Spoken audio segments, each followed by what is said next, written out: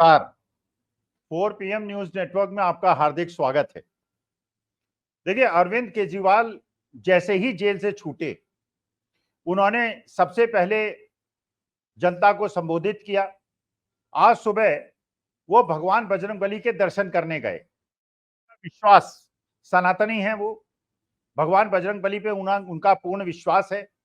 जैसे हम लोग भी सनातनी हैं, हम लोग सनातन धर्म में पूर्ण विश्वास करते हैं और परमेश्वर पे हमारी पूरी आस्था है। अरविंद केजरीवाल की भी है। अपने भगवान पे आस्था होना, अपने धर्म पे आस्था होना, धर्म परायण होने का मतलब ये नहीं है कि हम दूसरे धर्म से घृणा करते हैं, दूसरे धर्म से हमें कोई परेशानी। हमें कोई परेशानी नहीं होती जब मुसलमान अजान देते हैं, जब वो अपने नमाज को पढ़ते हैं, जब वो पूरे रमजान में रोजे रखते हैं और बिल्कुल उस प्रकार से उपवास रखते हैं जैसे हम लोग मंगलवार का उपवास रखते हैं। हमें कोई परेशानी नहीं होती जब सिख अपने गुरुद्वारे में जाते हैं और अपनी जो परंपराएं हैं उसका पालन करते हैं। क्रिश्चियन जब संडे के दिन अपने यीशु के पास प्रार्थना करने जाते हैं, हमें परेशान। तो अरविंद केजरीवाल धर्मपरायण सनातनी हिंदू हैं और वो अपने धर्म के प्रति आस्था रखते हैं जैसे हिंदुस्तानी सनातनी रखते हैं। लेकिन हम वो सनातनी नहीं हैं, हम वो फर्जी सनातनी नहीं हैं जो कि दूसरे धर्म से घृणा करते हैं। दूसरे धर्म से घृणा करने वालों को हम हिंदू और सनातनी मानते ही नहीं, क्योंकि हिंदू धर्म में घृणा करने का कोई स्थान ही नहीं है।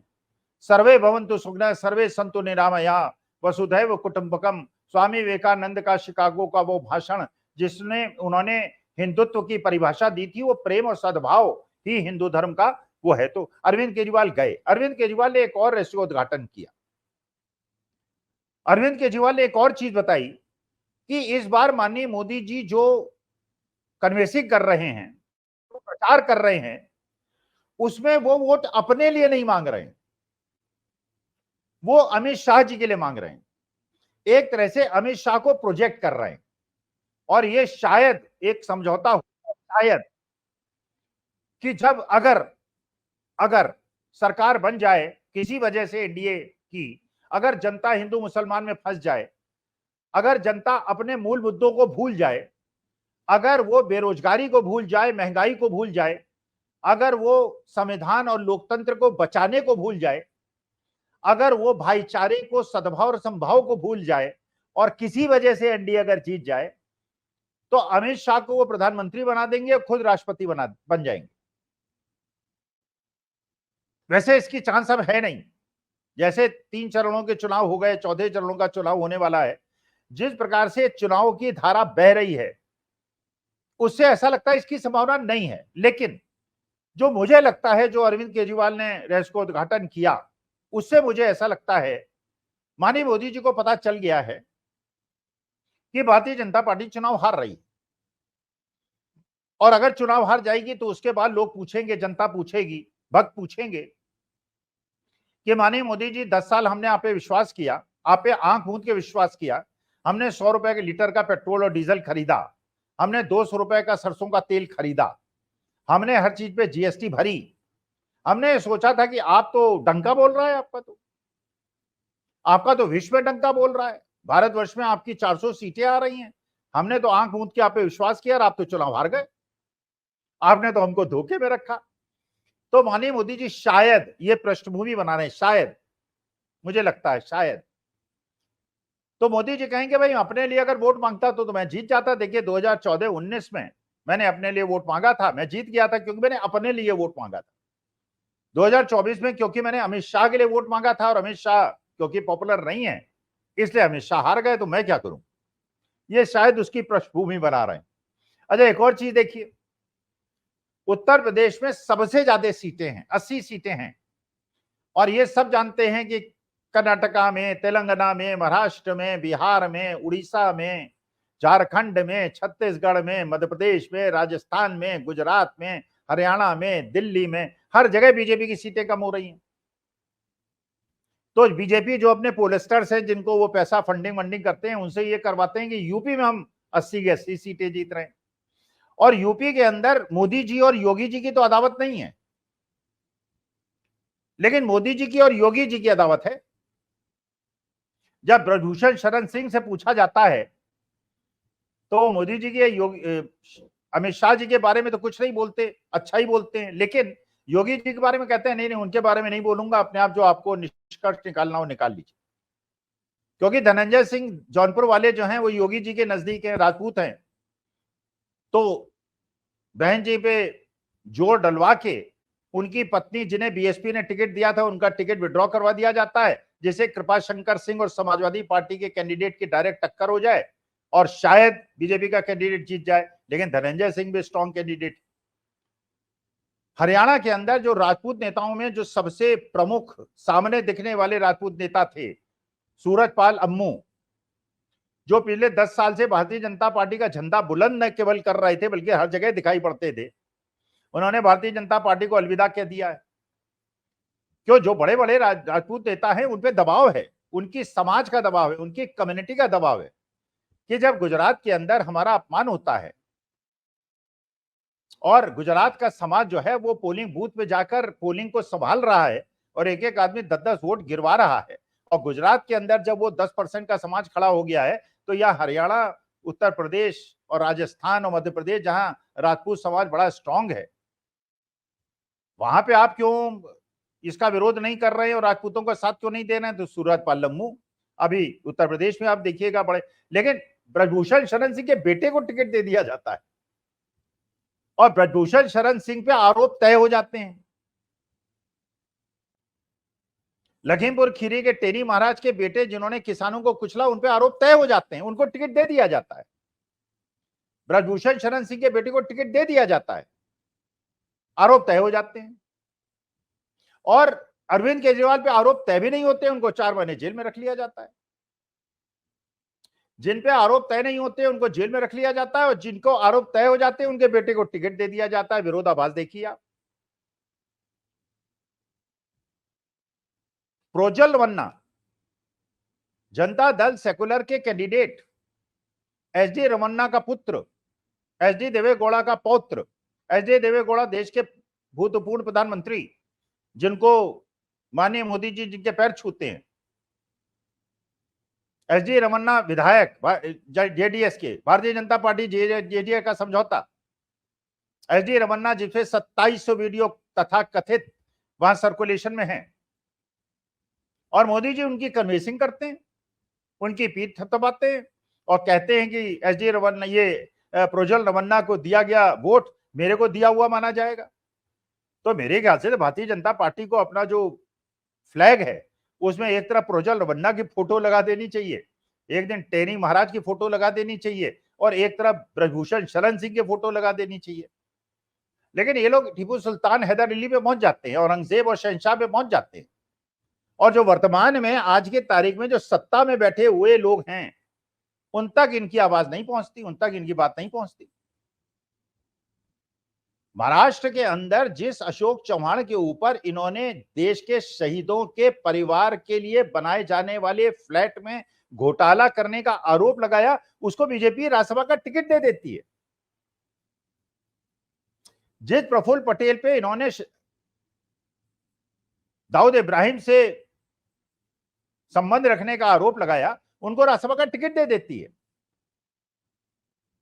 और जो लोग इनके दबाव में आके इंडिया गठबंधन को नहीं तोड़ते हैं उनको जेल भेज देती है। अब स्थिति इतनी ज्यादा खराब हो गई है, आपने सुना ही होगा, खबर है, सूत्रों ने बताया है, बहुत ज्यादा सोशल मीडिया पे प्रचारित हो रहा है कि माननीय मोदी जी ने शरद पवार, उद्धव ठाकरे को मैसेज भेजे हैं कि कृपा करके इंडिया गठबंधन को तोड़िए, हमारी तरफ आ जाइए। अब क्या मूर्ख हैं शरद पवार? 80 साल की उम्र है, इतने तपे तपाए नेता हैं, राजनीति को उन्होंने लोगों को सिखाया है, गुरु हैं राजनीति के, कि जब वो देख रहे हैं इंडिया गठबंधन जीत रहा है और महाराष्ट्र के अंदर ये स्थिति है, भारतीय जनता पार्टी एक भी सीट नहीं जीत रही है और प्रशांत किशोर हैं जो बड़े हल्ला मचाया करते थे, अपने को बहुत बड़ा स्ट्रेटेजिस्ट कहते थे, अब वो कह रहे हैं बिहार के अंदर जेडीयू 5 सीट नहीं जीत सकती। अगर 5 सीट जेडीयू नहीं जीत सकती 17 में से, और हरियाणा, दिल्ली और बाकी जगह की स्थिति आप जानते हैं, इसका माने तो मोदी जी गए सत्ता से। तो उनको तो यह सोचना पड़ेगा कि जब इंडिया की गवर्नमेंट बनेगी, इंडिया गठबंधन की गवर्नमेंट बनेगी, तो उसमें भारतीय जनता पार्टी की तरफ से लीडर अपोजिशन कौन होगा, कोठी किसको मिलेगी, और कौन कौन कोठी छोड़ के गुजरात जाएगा, उत्तर प्रदेश वापस जाएगा। लखनऊ की सीट फंसी हुई है, लखनऊ की राजनाथ सिंह की। काशी की सीट माननीय मोदी जी की फंसी हुई है। आज उत्तर प्रदेश में एक भी सीट ऐसी नहीं है जिसको भारतीय जनता पार्टी कह दे सुरक्षित है। नितिन गडकरी की ही एक सीट है जहां संघर्ष है, बाकी विदर्भ की सारी सीटें बीजेपी हार रही है। हरियाणा की स्थिति आप देख ही रहे हैं। 3 विधायक, ऐसे विधायक, निर्दलीय विधायक जिन्होंने भारतीय जनता पार्टी, कांग्रेस और जजपा के स्ट्रॉन्ग कैंडिडेट्स को हराया है, वो इलेक्शन के तुरंत पहले बीजेपी से सपोर्ट विड्रॉ करते हैं और कांग्रेस को सपोर्ट देते हैं। इसका मतलब जो धारा है, जो राजनीतिक धारा है, उसको समझ गए, वो समझ गए बीजेपी चुनाव हार रही है। मोदी जी ने भी रण छोड़ दिया है। वो मैसेजिंग कर रहे हैं कि मैं तो कैंडिडेट ही नहीं हूं, वो तो अमित शाह कैंडिडेट है। जिस प्रकार से आप देख रहे हैं कर्नाटका के अंदर वहां के बड़े बड़े नेता जो डिप्टी चीफ मिनिस्टर थे, वो इंडिपेंडेंट कैंडिडेट की तरह लड़ रहे हैं। अच्छा, एक और नया शगुफा खिल गया है। जस्टिस लोकुर, जो पहले सुप्रीम कोर्ट के जज साहब थे, एपी शाह साहब हाई कोर्ट के जज, एन राम बहुत प्रसिद्ध पत्रकार, इन तीनों ने एक प्रस्ताव दिया है कि माननीय मोदी जी और राहुल गांधी की एक नेशनल डिबेट हो जाए। देश के 142 करोड़ लोग देखें। अभी तक लोगों ने माननीय मोदी जी की मन की बात सुनी है? ऐसे इंटरव्यूज देखे हैं जिसमें उनसे पूछा जाता है, हम काट के खाते हैं या चूस के खाते हैं, आपके चेहरे पे ऐसी रौनक कैसे आती है, आप इतनी शक्ति कैसे रखते हैं? अब जरा एक, और दूसरी तरफ राहुल गांधी हैं जो विदेश भी जाते हैं तो वहां के इंटेलेक्चुअल से खुले बात करते हैं, प्रेस कॉन्फ्रेंसेस करते हैं, कठिन से कठिन जवाब देते हैं, फाइनेंस पे, इकोनॉमिक्स पे, इंटरनेशनल अफेयर्स पे, हर चीज पे बात करते हैं। तो क्या ये लोकतंत्र के लिए एक शुभ संकेत नहीं कि माननीय मोदी जी और राहुल गांधी के बीच में एक नेशनल डिबेट हो जाए?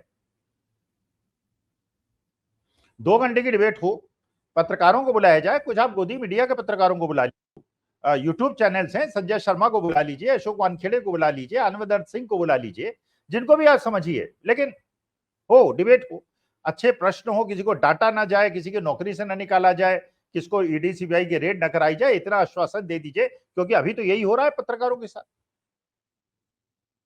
देश की जनता देखिए कि ऑक्सफोर्ड में पढ़ाया क्या जाता है, राहुल गांधी सही में कितना जानकार आदमी है और ज्ञानी व्यक्ति हैं, और माननीय मोदी जी तो भाई हैं, बिल्कुल डंका बोल रहा है उनका विश्व में।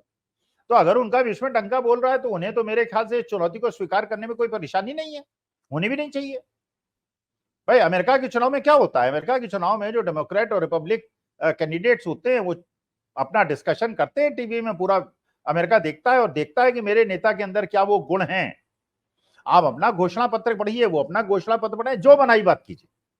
अगर आपको लगता है कि मुस्लिम लीग का घोषणा पत्र है तो पूछिए, राहुल गांधी बताएंगे कि मुस्लिम लीग का नाम इसमें कहां है। पूछिए सोर्सेस कहां से आएंगे जो आप हर गरीब महिला को 1 लाख रुपए साल देंगे, अग्निवीर देंगे, हटा देंगे, और बच्चों को स्टाइपेंड देंगे और एमएसपी की गारंटी देंगे, कैसे देंगे? राहुल गांधी बताएंगे। नहीं बता पाएंगे तो हम लोग उन्हें वोट नहीं देंगे, बता देंगे तो हम उन्हें वोट देंगे। आप जनता के सामने आइए। तो मार्ग से भटकने की क्या आवश्यकता है? माननीय स्मृति ईरानी कह रही हैं वो राहुल गांधी मुझसे अमेठी में कहीं बात कर लें, तो अमेठी में क्या बात कर लें स्मृति जी? आप, मैं तो एक छोटा सा प्रोफेसर हूं, एक आदमी हूं, आईआईटी से पढ़ा हूं, एमबीए मैंने इलाहाबाद यूनिवर्सिटी से किया है। आपकी तुलना में तो मैं उतना बुद्धिमान नहीं हूं, उतना ज्ञानी नहीं हूं, लेकिन चलिए आप मेरी चुनौती स्वीकार कर लीजिए। आप अमेठी बुला लीजिए, मुझे हवाई जहाज का आने जाने के इतना पैसे नहीं है कि मैं अपने पैसे से जाऊं। आप जहां कहिए डिबेट कर लेते हैं, आप नेशनल इश्यूज पर डिस्कशन कर लेते हैं और देखते हैं कौन जीतता है। देश की जनता सुने। मैं तो चुनौती स्वीकार करता हूं, 72 साल की हैं आप, मेरी बेटी की उम्र की हैं, और मेरे को कोई परेशानी नहीं है आपसे डिस्कशन करने में। राहुल गांधी को मोदी जी के डिस्कशन करा दीजिए और मेरा और आपका डिस्कशन हो जाए। तो ये जो आज परिदृश्य बन रहा है देश में, जिस प्रकार से लोगों को लोकतंत्र और संविधान की कीमत पता चल रही है, जिस प्रकार से महाराष्ट्र के अंदर शरद पवार और उद्धव ठाकरे ने बिल्कुल मैदान को पकड़ लिया है, तेजस्वी यादव ने बिहार पकड़ लिया है, अखिलेश यादव ने यूपी पकड़ लिया है, और आम आदमी पार्टी और कांग्रेस और सपा और आरजेडी का जैसे समन्वयन चल रहा है, जैसे संजय सिंह हर जगह साथ दे रहा है। अरविंद केजरीवाल ने निकलते ही जैसे बजरंगबली के दर्शन किए हैं और लाखों की भीड़ उनका स्वागत करने के लिए तैयार है। तो इसका मतलब यह है कि देश का लोकतंत्र संविधान बचाने के लिए हम लोग दृढ़ संकल्प हैं। हम लोग इसको खत्म नहीं होने देंगे और प्राण की बाजी लगाकर अपने देश के संविधान लोकतंत्र को बचाएंगे और इस देश के अंदर जो एक तंत्र और तानाशाही लाने का प्रयास करेंगे उनको मैदान छोड़ के भागना पड़ेगा। देश छोड़ के नहीं भागने देंगे, राजनीतिक मैदान छोड़ के भागना पड़ेगा, देश नहीं छोड़ने देंगे। दंड तो भुगतना होगा। जो भी देश के जिन लोगों ने, सरकारी अधिकारियों ने और बड़े बड़े पदों में बड़े अधिकारियों ने लोकतंत्र संविधान की हत्या करने का प्रयास किया है, उनको उसकी कीमत तो चुकानी पड़ेगी। लोकतांत्रिक ढंग से कानून सम्मत सुप्रीम कोर्ट जाएंगे।